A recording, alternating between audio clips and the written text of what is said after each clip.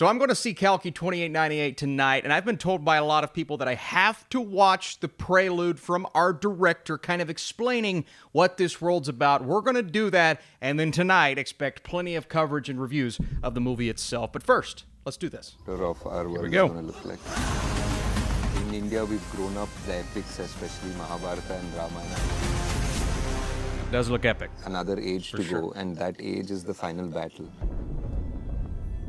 In India, we've grown up with so much of the epics, especially Mahabharata and Ramayana, being part of our culture and everyday life. Like, especially not just religious, but just like even just stories that we tell our kids. And so, you know, when you grow up and you're watching a lot of, I guess, foreign films which are in the either comic book space or Marvel or Spider-Man. All right, so we've already got the MCU Star Wars comparison. That's pretty big. Like, where are our superheroes? Because they are as heroic and they are as larger than life as anybody else.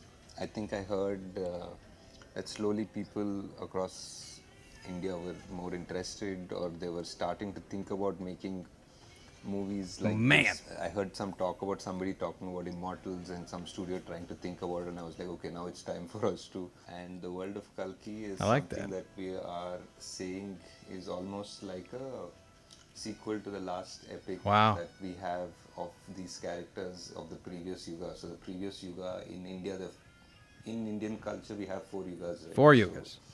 Each yuga has a sort of a dramatic battle and a great good versus evil sort of a setup, and each time an avatar comes to restore the balance. Oh, cool. And, the last great epic that we have is the Mahabharata, where it was like a huge war with you know, the most powerful and the most epic kings, and they fight in this dramatic battle, and they are, you know, one side is protected by an avatar, a god figure, which is Krishna. Final epic was the last story that we know. And all of our greatest characters from there have an ending, or some of them have an open ending, or we know that this is where this story ended, but we still have another age to go, and that age is the final battle. The final battle. That age is where the end essentially has to begin, and everything has to come to a climax. Like all of these stories, all of these 9 avatars, all of these 4 yugas, all of these battles which are small and big that happened since the creation of time has to end somewhere. Jeez, so man, this is huge. This is massive. Right there. And that's how we started. And that's where the last story of our mythology sort of ends. Cool. And now we are meant to be in the last age, which is called the Kali Yuga, and we don't really have a story of this era or of this Yuga. Look at that concept art. Obviously. Fantastic. And I just thought it is a very interesting idea if we start writing a sequel to the Mahabharata, what would happen, because it ended there. And Kali continues from Dwapar Yuga, and he has to come into the Kali Yuga. So now if he comes in, now our heroes have to come in as well. And how is this Look at that shots, man. going to be?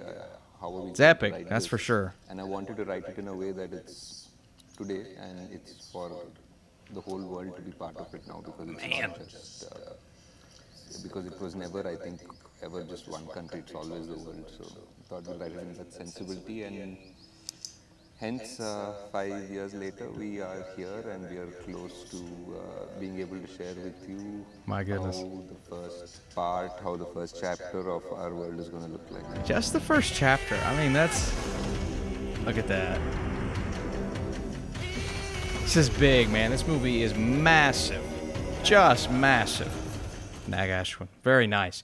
So that's fascinating. And it gives so much more insight as to what this world is actually about, and this historical future, something that hasn't happened yet, that we are going to see play out. How it plays out looks to be just the most epic, big-budgeted movie from India I've ever seen. I mean, just the concept art they were showing on screen.